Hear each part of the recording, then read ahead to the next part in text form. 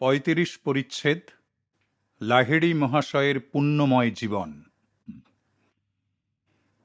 এই রূপে আমাদের সকল সদাচারী পালন করা উচিত। জন দ্য ব্যাপটিস্টকে এই কথাগুলি বলে আর জনকে তাকে দীক্ষিত করতে বলে যিশু তাঁর গুরুর দৈব অধিকার স্বীকার করেছিলেন। প্রাচ্যের দৃষ্টিতে বাইবেল শ্রদ্ধা সহকারে পাঠ করে আর অন্তরের অনুভূতিতে আমার এই বিশ্বাস হয়েছে যে অতীত জীবনে জন দ্য ব্যাপটিস্ট যিশু খ্রিস্টের মহান গুরু ছিলেন। বাইবেলে এমন অনেক পংক্তি আছে যাতে করে বোঝা যায় যে জন আর যিশু খ্রিস্ট তাঁদের গত জন্মে যথাক্রমে এলিজা আর তাঁর শিষ্য এলিসা নামে পরিচিত ছিলেন। এইগুলি ওল্ড টেস্টামেন্টের বানান অনুযায়ী। গ্রিক অনুবাদকেরা নামের বানান করেছিলেন এলিয়াস আর অ্যালিসিউস। নিউ টেস্টামেন্টে তাঁরা এইরূপ পরিবর্তিত আকারেই পুনরায় স্থান পেয়েছেন। ওল্ড টেস্টামেন্টের শেষাংশে এলিজা আর এলিসার পুনর্জন্মের ভবিষ্যৎবাণী আছে। দেখো, আমি প্রভুর সেই ভয়ঙ্কর দিন আসবার পূর্বেই ঈশ্বর প্রেরিত মহাপুরুষ এলিজাকে তোমার কাছে পাঠাবো। তাই জন অর্থাৎ এলিজা সেই দিন আসবার পূর্বেই প্রেরিত হয়ে খ্রিস্টের অগ্রদূত হিসেবে কিছু আগেই জন্মগ্রহণ করেছিলেন। পিতা জ্যাকেরিয়াসের কাছে একটি দেবদূত আবির্ভূত হয়ে প্রমাণ দিয়ে গেলেন যে তাঁর ভাবী পুত্র জন এলিজা বা এলিয়াস ছাড়া আর কেউ নন। সেই দেবদূত তাঁকে বললেন, ভয় পেও না জ্যাকেরিয়াস, কারণ তোমার প্রার্থনা শ্রুত হয়েছে। তোমার স্ত্রী এলিজাবেথের একটি পুত্র সন্তান হবে আর তুমি তার নাম রাখবে জন। আর ইসরায়েল সন্তানদের মধ্যে অনেককে সে তাদের ঈশ্বরের কাছে ফিরিয়ে নিয়ে যাবে। আর সে এলিয়াসের আত্মা ও শক্তির বলে তার আগে অর্থাৎ প্রভুর আগে যাবে, পিতাদের হৃদয় সন্তানদের দিকে এবং অবাধ্যদের ধর্মশীলের ন্যায়নিষ্ঠার দিকে ফিরাতে আর প্রভুর জন্যে দেশের লোকেদের তৈরি করতে। যীশুখ্রিস্ট দুইবার স্পষ্ট বাক্যে এলিজা বা এলিয়াসকে জন বলে নির্দেশ করে গেছেন। এলিয়াসের ইতিমধ্যে আগমন ঘটেছে, কেউ তাঁকে জানে না। তারপর শিষ্যেরা বুঝতে পারলেন যে জন দ্য ব্যাপটিস্টের কথাই তিনি তাদের বলেছিলেন। পুনরায় যীশুখ্রিস্ট বলছেন, কারণ জন পর্যন্ত সমস্ত ভবিষ্যৎ বক্তা আর বিধি নিয়মের ভবিষ্যৎবাণী হয়েছে। আর তোমরা যদি গ্রহণ করতে সম্মত হও তাহলে জেনো যে যার আগমন হবে তিনি এই ব্যক্তি অর্থাৎ এলিয়াস। জন যখন অস্বীকার করলেন যে তিনি এলিয়াস বা এলিজা নন, তখন তিনি এই বোঝাতে চেয়েছিলেন যে জনের দিন বেশে তিনি আর মহাগুরু এলিজার বাহ্য মহিমা নিয়ে আসেননি। পূর্বজন্মে তিনি তার মহিমা আর আধ্যাত্মিক সম্পদের আচ্ছাদন তার শিষ্য এলিজাকে দিয়েছিলেন। আর এলিজা বললেন, আমি আপনার কাছে এই প্রার্থনা করি যে আপনার আত্মার দুইটি অংশ আমাতে আসুক। তারপর তিনি বললেন, তুমি বড় কঠিন জিনিস চেয়েছ। যাই হোক, তোমার কাছ থেকে আমায় নিয়ে যাবার সময় যদি তুমি আমায় দেখো তাহলে তোমার এই রকমই হবে। তারপর এলিজা পরিত্যক্ত আচ্ছাদন তিনি তুলে নিলেন। এইবার তাঁদের ভূমিকা পরিবর্তিত হয়ে গেল, কারণ এলিসা যিশুর এখন পূর্ণ জ্ঞান লাভ হওয়াতে আর এলিজা জনের তাঁর প্রকাশ্য গুরু হবার কোনো প্রয়োজন রইল না।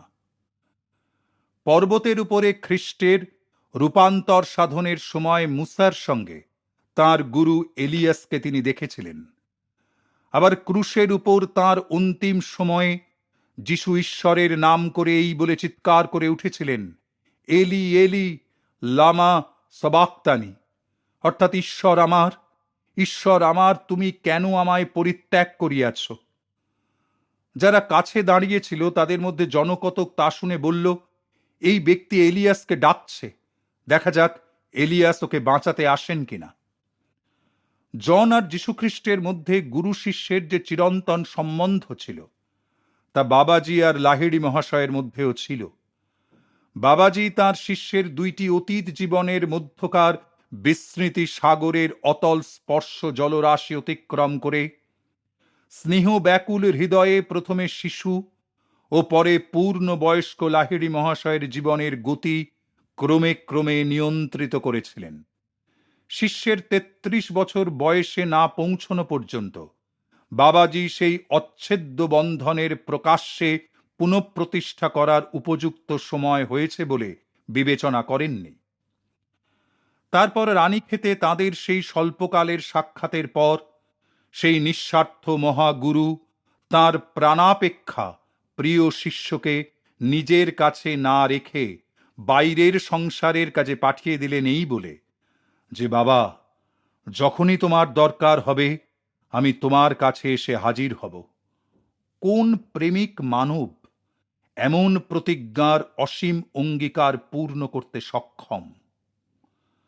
লোকসমাজে সাধারণভাবে অজ্ঞাত থাকলেও 1861 খ্রিস্টাব্দে কাশীর এক অখ্যাত সুদূর পল্লী কোণ হতে এক বিরাট আধ্যাত্মিক জাগরণ শুরু হয়েছিল।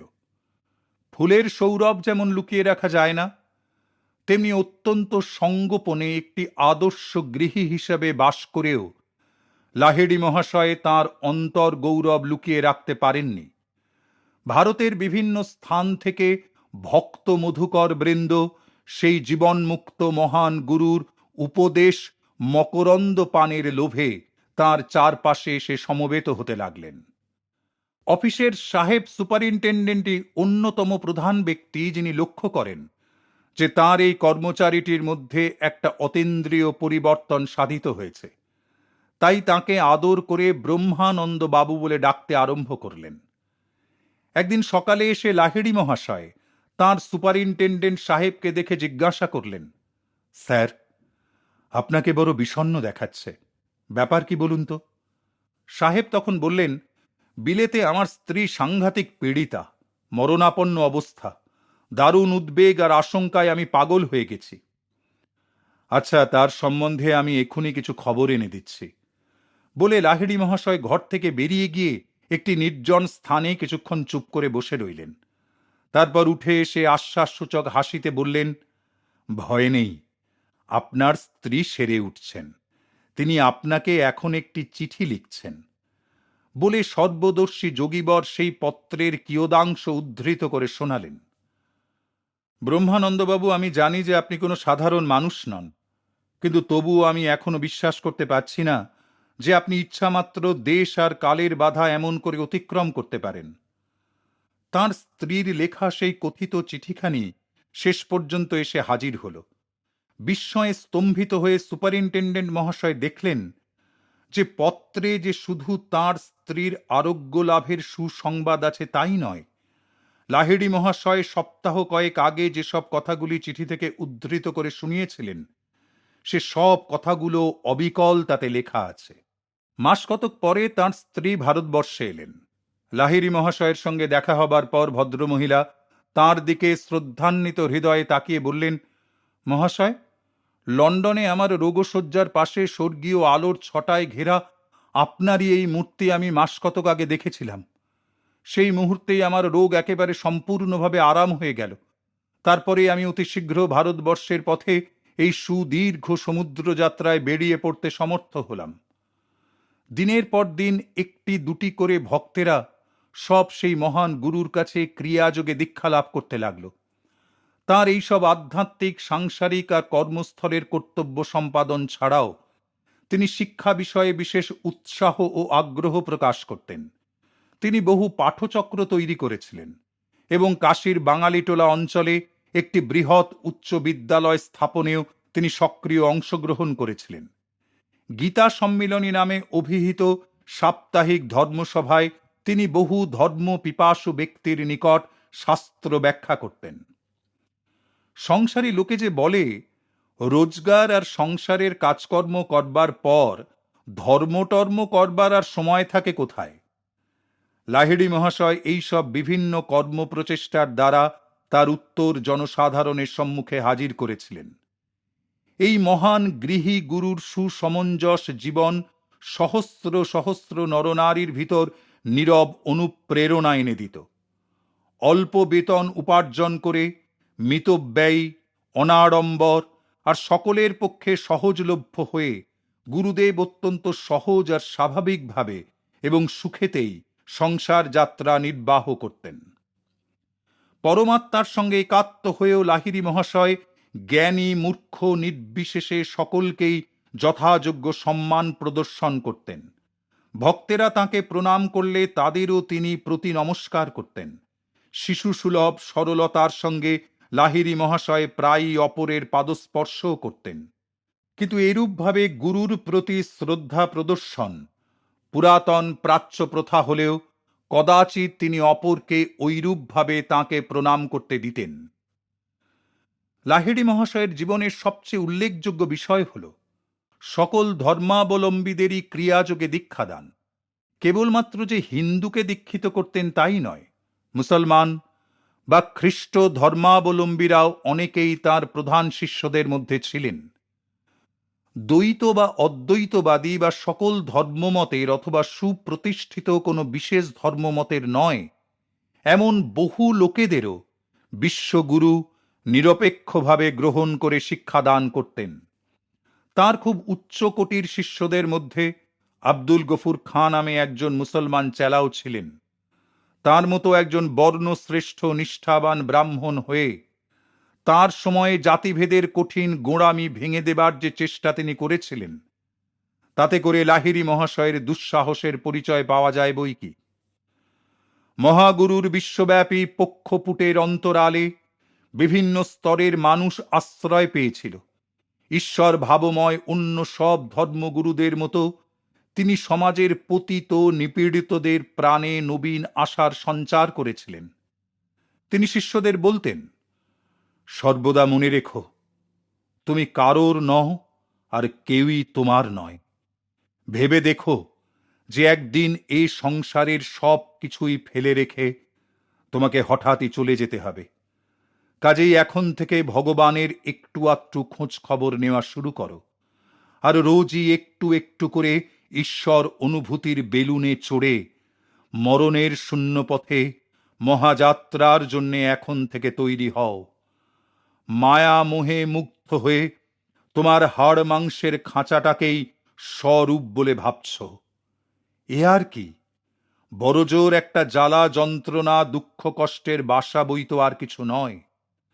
অবিরাম ধ্যান করে যাও, যাতে করে অতি শীঘ্রই তুমি এই সকল দুঃখ ক্লেশ মুক্ত অনাদি অনন্ত পরমাত্মার স্বরূপ দেখতে পারো। ক্রিয়াযোগের গুপ্ত চাবিকাঠি দিয়ে তোমার দেহ কারাগারের বন্দিত্ব থেকে মুক্ত হয়ে পরমাত্মার সঙ্গে মিলিত হবার শিক্ষা লাভ করো। মহান গুরু তাঁর বিভিন্ন শিষ্যদের তাদের আপন আপন ধর্ম শাস্ত্রানুমোদিত আচার পালনে উৎসাহিত করতেন। ক্রিয়াযোগের সর্বগ্রাহী প্রকৃতি যে মুক্তি লাভের কার্যকরী উপায়, তার উপর জোর দিয়ে লাহিড়ী মহাশয় তাঁর শিষ্যদের পরিবেশ আর শিক্ষা দীক্ষার সঙ্গে সামঞ্জস্য রক্ষা করে তাদের নিজ নিজ জীবন ফুটিয়ে তুলতে স্বাধীনতা দিয়েছিলেন। লাহিড়ী মহাশয় বলতেন, মুসলমান দিনে 5 বার নমাজ পড়বে, আর হিন্দুও দিনে কয়েকবার জপ তপে বসবে। খ্রিস্টানও রোজ কয়েকবার হাঁটু গেড়ে ভগবানের কাছে প্রার্থনা করবে, তারপর বাইবেল পড়বে। গুরুদেব তাঁর শিষ্যদের তাঁদের প্রত্যেকের স্বাভাবিক প্রবৃত্তি অনুযায়ী জ্ঞান, ভক্তি, কর্ম বা রাজযোগের পথে তাদেরকে অতি বিচক্ষণতার সঙ্গে পরিচালিত করতেন। ভক্তেরা সন্ন্যাস জীবনযাপনের ইচ্ছা ব্যক্ত করলে তিনি তাদের সহজে অনুমতি দিতেন না, বরঞ্চ সাবধান করে দিয়ে বলতেন তারা যেন সন্ন্যাস জীবনের কঠিন কৃচ্ছ সাধনার বিষয়ে পূর্বেই চিন্তা করে। আদর্শ গুরু হিসাবে তিনি শিষ্যদের শুধু শাস্ত্রের শুষ্ক তর্ক নিয়ে পড়ে থাকা এড়িয়ে চলতেই পরামর্শ দিতেন। তিনি বলতেন, প্রাচীন শাস্ত্রের সার সত্য শুধু পঠন পাঠনে নয়, অন্তরের মধ্যে প্রকৃত উপলব্ধি করবার জন্য যে সাধন করে সেই বুদ্ধিমান। তোমার যা কিছু সমস্যা তা ধ্যান ধারণার ভিতর দিয়ে সমাধানের চেষ্টা করো। ধর্মের মধ্যে সত্যের অনুসন্ধান করতে গিয়ে কোনো অনিশ্চিত ধারণার বশবর্তী না হয়ে বরং প্রত্যক্ষ ঈশ্বর সঙ্গ লাভের চেষ্টা করো। মনের ভিতর থেকে ধর্মের গোঁড়ামির সব জঞ্জাল দূর করে ফেলো। সাক্ষাৎ অনুভূতির নির্মল পুত শান্তি বাড়িতে মন প্লাবিত করো। অন্তরের যা প্রত্যক্ষ নির্দেশ তাই পালন করতে মনকে তৈরি করো, আর হৃদয়ের ঐশ্বরিক বাণীতেই তুমি জীবনের সকল জটিল সমস্যার উত্তর খুঁজে পাবে। মানুষের যেমন দুঃখ কষ্টে পড়বার জন্য উদ্ভাবনী ক্ষমতার কোনো অন্ত নেই, তেমনি সকল উপায়ের উপায় সেই পরম দয়ালের করুণারও শেষ নেই। একদিন ভগবদ্ গীতার ব্যাখ্যা শ্রবণকালে তাঁর শিষ্যগণ তাঁদের গুরুদেবের সর্বব্যাপিত্বের এক পরিচয় পান।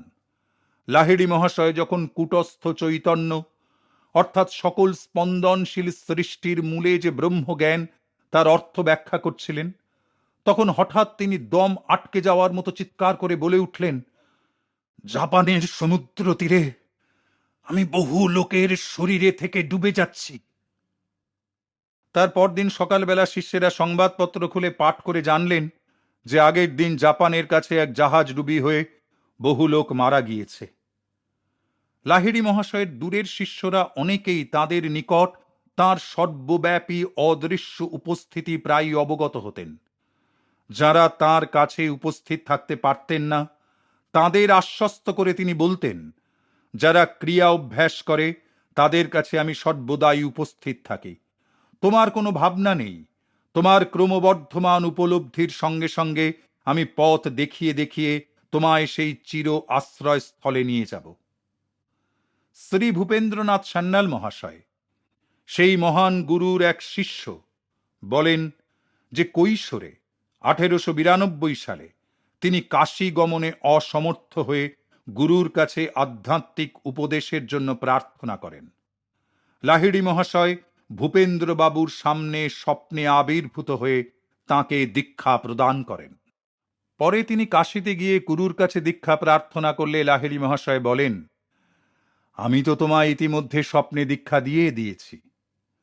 সাংসারিক কোনো কর্তব্যে অবহেলা করলে পর লাহিড়ী মহাশয় তার শিষ্যকে সস্নেহে তার ত্রুটি বিচ্যুতি সংশোধন করে তাকে কর্তব্য পালনে অবহিত করে তুলতেন। শ্রী যুক্তেশ্বর গিরিজি একদিন আমায় বলেছিলেন, লাহিড়ী মহাশয় তার কোনো চেলার দোষের বিষয় সর্বসমক্ষে বলতে বাধ্য হলেও পরে তিনি স্নেহপূর্ণ স্বরে মিষ্টভাবে তাকে বুঝিয়ে সংশোধন করে দিতেন। তারপর তিনি সখেদে বললেন, আমাদের গুরুদেবের খোঁচা খেয়ে এ পর্যন্ত কোনো শিষ্যই তার কাছ থেকে পালায়নি।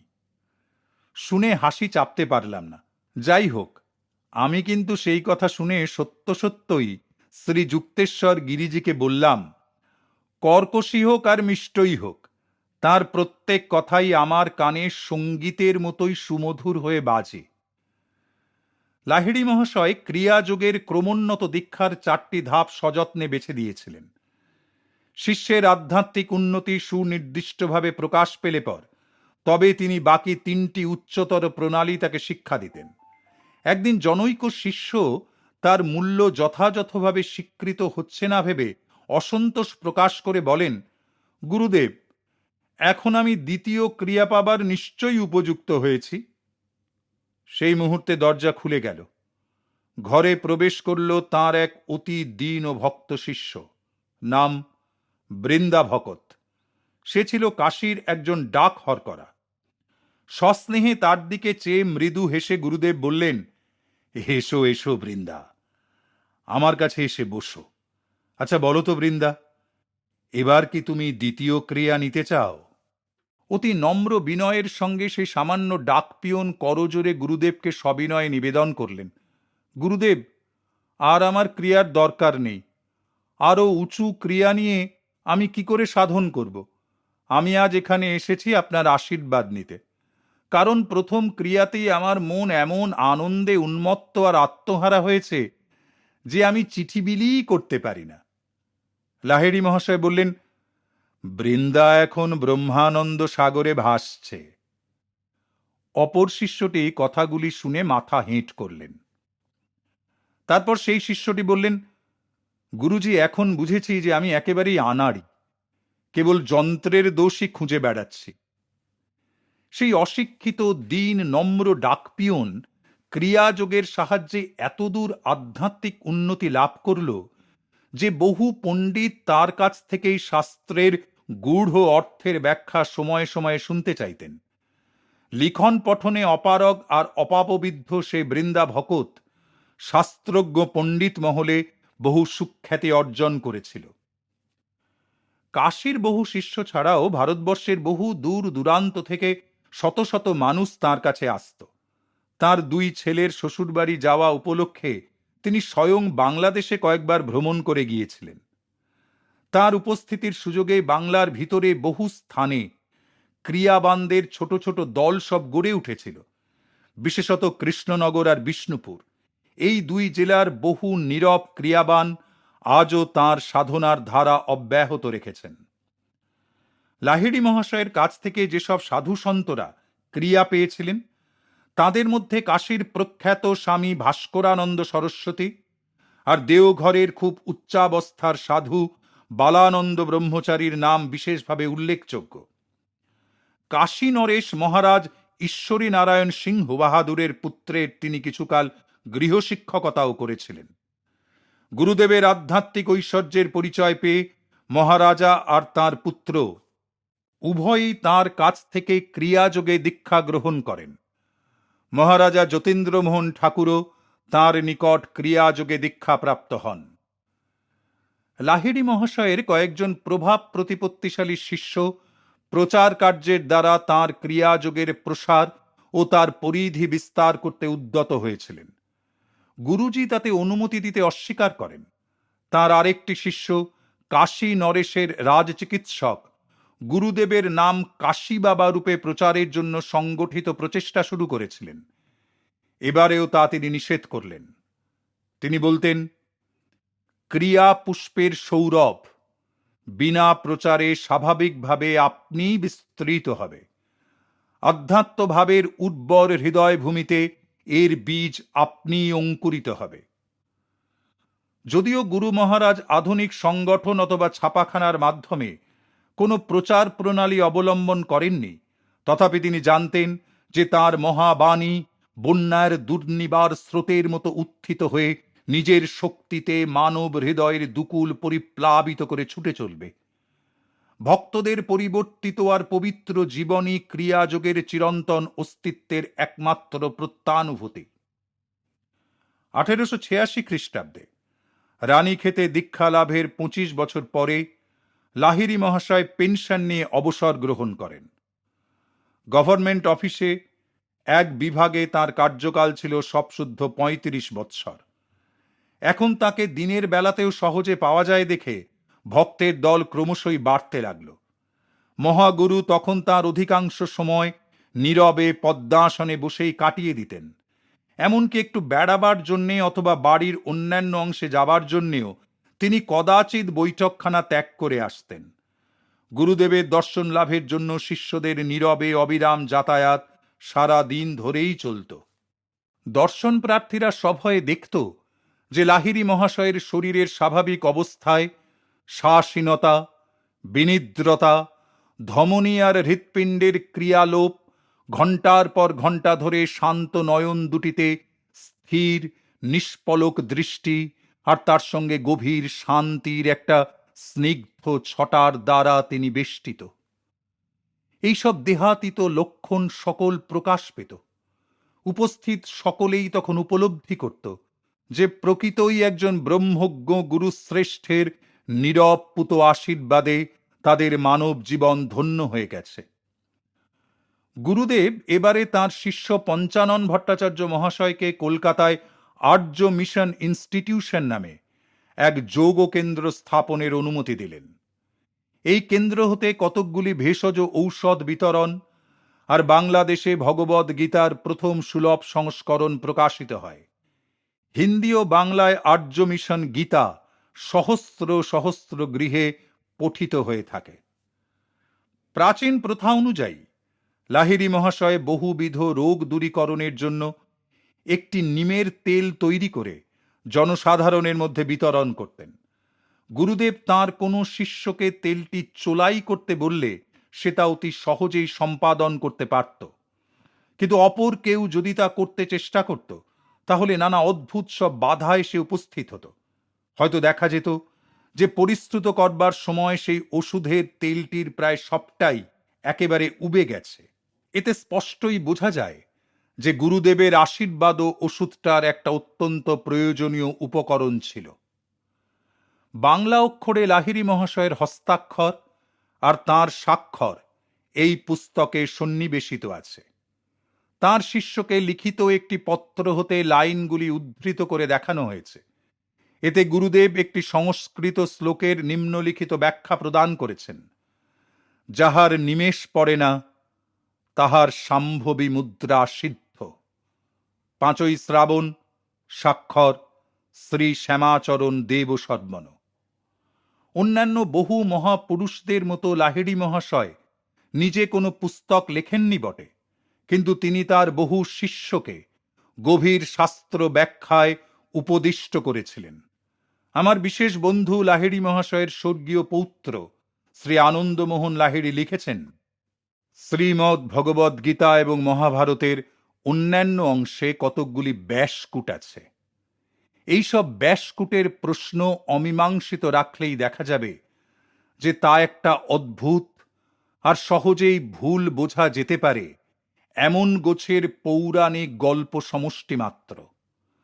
আর ওই সব ব্যাসকূটের যথাযথ ব্যাখ্যা প্রদত্ত না হলে আমরা দেখতে পাব যে আমরা এমন এক বিজ্ঞান হারিয়েছি যা প্রাচ্য হাজার হাজার বছর ধরে নানাবিধ পরীক্ষার তত্ত্বানুসন্ধান করে সেসব অমানুষিক ধৈর্যের সঙ্গে রক্ষা করে এসেছে। লাহিড়ী মহাশয়ের ব্যাখ্যা শাস্ত্রবাক্য আর রূপকের ভিতর সুচতুরভাবে লুক্কায়িত ধর্মবিজ্ঞানকে তার রূপকের আবরণ মুক্ত করে সর্বসমক্ষে প্রকাশিত করেছে। আপাত দৃষ্টিতে অর্থহীন বৈদিক যাগযজ্ঞ, পূজা অর্চনার মন্ত্রতন্ত্র এখন আর কতকগুলি দুর্বোধ্য বাক্যের সমষ্টি বা কসরত নয়।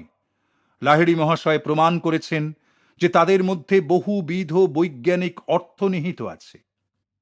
আমরা জানি যে মানুষ সাধারণত কুপ্রবৃত্তির অদম্য প্রভাবে অসহায় হয়ে পড়ে, কিন্তু যখন তার চেতনায় ক্রিয়াযোগের দ্বারা এক উচ্চতর ও স্থায়ী পরমানন্দের আবির্ভাব হয়, তখন সেই প্রবৃত্তিগুলি শক্তিহীন হয়ে পড়ে, আর মানুষও তাদের প্রশ্রয় দেবার কোনো উদ্দেশ্য খুঁজে পায় না। এখানে নিবৃত্তিতে নিম্ন স্তরের কামনা বাসনা পরিহারের সঙ্গে যুগপৎ পরমানন্দ লাভের অনুভব ঘটে। এ পথ ছাড়া নীতিবাক্য সকল যা কেবল এ করো না ও করো না এইসব বলেই অঙ্গুলি নির্দেশ করে এসেছে, তা আমাদের কাছে একেবারে নিরর্থক হয়ে দাঁড়ায়।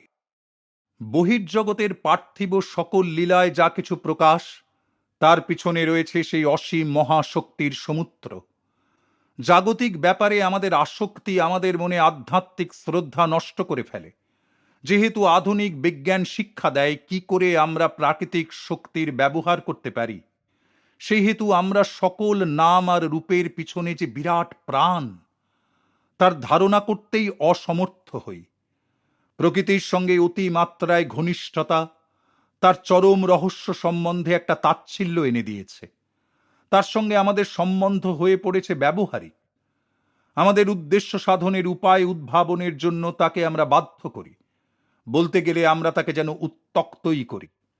তার শক্তিসমূহের ব্যবহার করি বটে, কিন্তু তার উৎস আজ পর্যন্ত অজানাই থেকে গেছে। প্রকৃতির সঙ্গে আমাদের সম্বন্ধ হচ্ছে অনেকটা উদ্ধত প্রভু ও তার ভৃত্যের মতো, অথবা দার্শনিকভাবে বলতে গেলে প্রকৃতি যেন সাক্ষীর কাঠগড়ায় বন্দী। আমরা তাকে জেরা করি, চ্যালেঞ্জ করি, মানুষের তুলাদণ্ডে তার সাক্ষ্য সূক্ষ্মাতিসূক্ষ্মভাবে বিচার করি, অথচ যা তার লুকানো ঐশ্বর্যের কখনো পরিমাপ করতে পারে না। অপরদিকে আত্মা যখন উচ্চতর শক্তির সঙ্গে সংযোগ স্থাপন করে, প্রকৃতি তখন বিনা প্ররোচনায় বা পীড়নে শতপ্রবৃত্ত হয়ে মানুষের ইচ্ছা পূরণ করে। অবোধ জড়বাদীরা প্রকৃতির উপর এই অনায়াস আধিপত্যকেই অলৌকিক বলে অভিহিত করেন। যোগ যে একটা গুপ্ত প্রক্রিয়া মাত্র, এই ভ্রমাত্মক ধারণার একটা আমূল পরিবর্তন এনে দিয়েছে লাহিড়ী মহাশয়ের আদর্শ জীবনের উদাহরণ। ভৌত বিজ্ঞানের বাস্তবতা সত্ত্বেও প্রত্যেক মানুষই এখন ক্রিয়াযোগের ভিতর দিয়ে প্রকৃতির সঙ্গে তার সঠিক সম্বন্ধ কি তা জানবার পথ খুঁজে নিতে পারে, আর সকল জাগতিক ঘটনার জন্য একটা আধ্যাত্মিক শ্রদ্ধাও অনুভব করতে পারে। তা সে রহস্যময় কোনো ঘটনাই হোক আর দৈনন্দিন কোনো ব্যাপারই হোক। আমাদের মনে সর্বদা স্মরণ রাখা দরকার যে 1000 বছর আগে যা রহস্যময় ছিল এখন আর তা নেই, আর আজ যা রহস্যজনক কয়েক যুগ পরে তা ঠিক বিধিসঙ্গতভাবে সহজবোধ্য হবে। ক্রিয়াযোগের বিদ্যা সনাতন, এ গণিত শাস্ত্রের মতো একেবারে অভ্রান্ত। যোগ ও বিয়োগের সহজ প্রণালীর মতো ক্রিয়াযোগের বিধিও কখনো নষ্ট হতে পারে না। গণিত শাস্ত্রের সমস্ত পুঁথি অগ্নিতে আহুতি দিলেও যুক্তিবাদী মন যেমন সব সত্য ঠিক পুনরায় আবিষ্কার করে ফেলবে, তেমনি যোগ শাস্ত্রের সমস্ত বই নষ্ট করে ফেললেও যদি একজন প্রকৃত যোগী আবির্ভূত হন, যার মধ্যে শ্রদ্ধা ভক্তি ও শুদ্ধ জ্ঞানের সমন্বয় ঘটেছে, তাহলে তিনি এর মূল বিধি সবই পুনরায় আবিষ্কার করে ফেলতে পারবেন। বাবাজি যেমন অবতার শ্রেষ্ঠ মহাবতার, শ্রী যুক্তেশ্বর গিরিজি যেমন সার্থকভাবে অভিহিত জ্ঞানাবতার, তেমনি লাহিড়ী মহাশয়ও যুগাবতার। সামাজিক মঙ্গল সাধনে গুণ ও পরিমাণ এই দুইয়ের বিচারে তিনি সমাজকে আধ্যাত্মিকতার আরো উচ্চতর স্তরে উন্নীত করে দিয়েছেন। তাঁর অন্তরঙ্গ ভক্ত শিষ্যদের উচ্চতর অবস্থাতে উন্নীত করবার শক্তিতে আর সাধারণ্যে সত্যের বহুল প্রচারে লাহিড়ী মহাশয় মানব জাতির মুক্তিদাতাদের মধ্যে অন্যতম বলে গণ্য। মহাপুরুষ রূপে তাঁর অপূর্ব বৈশিষ্ট্য হচ্ছে তাঁর ক্রিয়া যোগরূপ সুপ্রতিষ্ঠিত প্রণালীর উপর ব্যবহারিক গুরুত্ব দান, যাতে করে তিনি সর্বপ্রথম যোগের রুদ্ধদ্বার সকলের জন্য উন্মুক্ত করে তার পথ সুগম করে দিয়েছেন। তার নিজ জীবনের সব অলৌকিক ঘটনার কথা ছেড়ে দিলেও বলা যায় যে যোগাবতার লাহিড়ী মহাশয় অত্যাশ্চর্য ক্ষমতার সর্বোচ্চ চূড়ায় আরোহণ করেছিলেন যখন তিনি যোগ শাস্ত্রের সব কিছু প্রাচীন জটিলতা দূর করে সাধারণের পক্ষে তাকে প্রত্যক্ষ ফলপ্রদ সহজসাধ্য সরল যোগ সাধনে পরিণত করেছিলেন। অলৌকিক ঘটনার উল্লেখে লাহিড়ী মহাশয় প্রায়ই বলতেন, অতি সূক্ষ্ম বিধিনিয়ম বলে যা সব ঘটে, সাধারণের কাছে যা অজ্ঞাত তা প্রকাশ্যে আলোচিত বা বিশেষ বিবেচনা ব্যতিরেকে প্রকাশিত হওয়া উচিত নয়।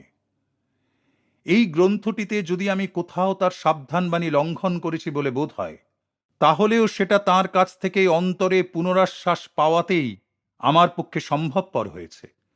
আর তাছাড়া বাবাজি, লাহিড়ী মহাশয়, শ্রী যুক্তেশ্বর গিরিজি প্রভৃতি গুরু মহারাজগণের জীবন আলেখ্য রচনার সময় আমি বহু সত্য অলৌকিক ঘটনার উল্লেখ বর্জন করাই যুক্তিসঙ্গত বলে বোধ করেছি। অত্যন্ত দুর্বোধ্য জটিল দর্শন শাস্ত্রের এক বিরাট ব্যাখ্যা পুস্তক না লিখে তার প্রকাশ করা সম্ভবপর নয়। গৃহী যোগী হিসেবে লাহিড়ী মহাশয় আধুনিক জগতের উপযোগী কার্যকরী পন্থার বাণী বহন করে এনেছেন। প্রাচীন ভারতের সমুন্নত ধর্ম ও অর্থনৈতিক ব্যবস্থা সকল এখন আর বিদ্যমান নেই। কাজেই ভিক্ষাপত্র হস্তে ইতস্তত ভ্রমণশীল যোগীর প্রাচীন আদর্শ এই মহান গুরু আর অনুমোদন করেননি, বরং তিনি সোপার্জনরত অর্থ সংকটগ্রস্ত সমাজের উপর নির্ভরতাবিহীন আর নিজ আবাসে একান্তে সাধনরত আধুনিক যোগীর প্রতি অধিকতর আগ্রহ প্রদর্শন করেছেন। উপরোক্ত নীতির সঙ্গে তিনি প্রাণ মনে শক্তি সঞ্চারী নিজের অপূর্ব আদর্শের সংযোগ সাধন করেছেন। তিনি ছিলেন আধুনিক ধরনের, ইংরেজিতে যাকে বলে স্ট্রিমলাইন্ড, অবাধ স্বচ্ছন্দ গতি যোগীর আদর্শ। বাবাজি কর্তৃক পরিকল্পিত তাঁর জীবন আদর্শ শুধু যে কেবল প্রাচ্যের পক্ষেই তা নয়, প্রতীচ্যের যোগ সাধনেচ্ছুদের পক্ষেও পথ প্রদর্শক রূপে গঠিত। নূতন মানব জাতির পক্ষে নবীন আশার আনন্দ। যোগাবতার ঘোষণা করে গেছেন, ভগবৎ সঙ্গ লাভ নিজ চেষ্টাতেই সম্ভব। আর তা কোনো ধর্মতত্ত্বে বিশ্বাস বা কোনো জগৎ নিয়ন্তার খেয়াল খুশির উপর নির্ভর করে না। আর এই ক্রিয়াযোগের চাবিকাঠি দিয়েই যেসব মানুষ কোনো মানবের দেবত্বে বিশ্বাস করে না, তারাই আবার শেষ পর্যন্ত নিজেদের মধ্যে পূর্ণ দেবত্বের প্রকাশকে দেখতে পাবে।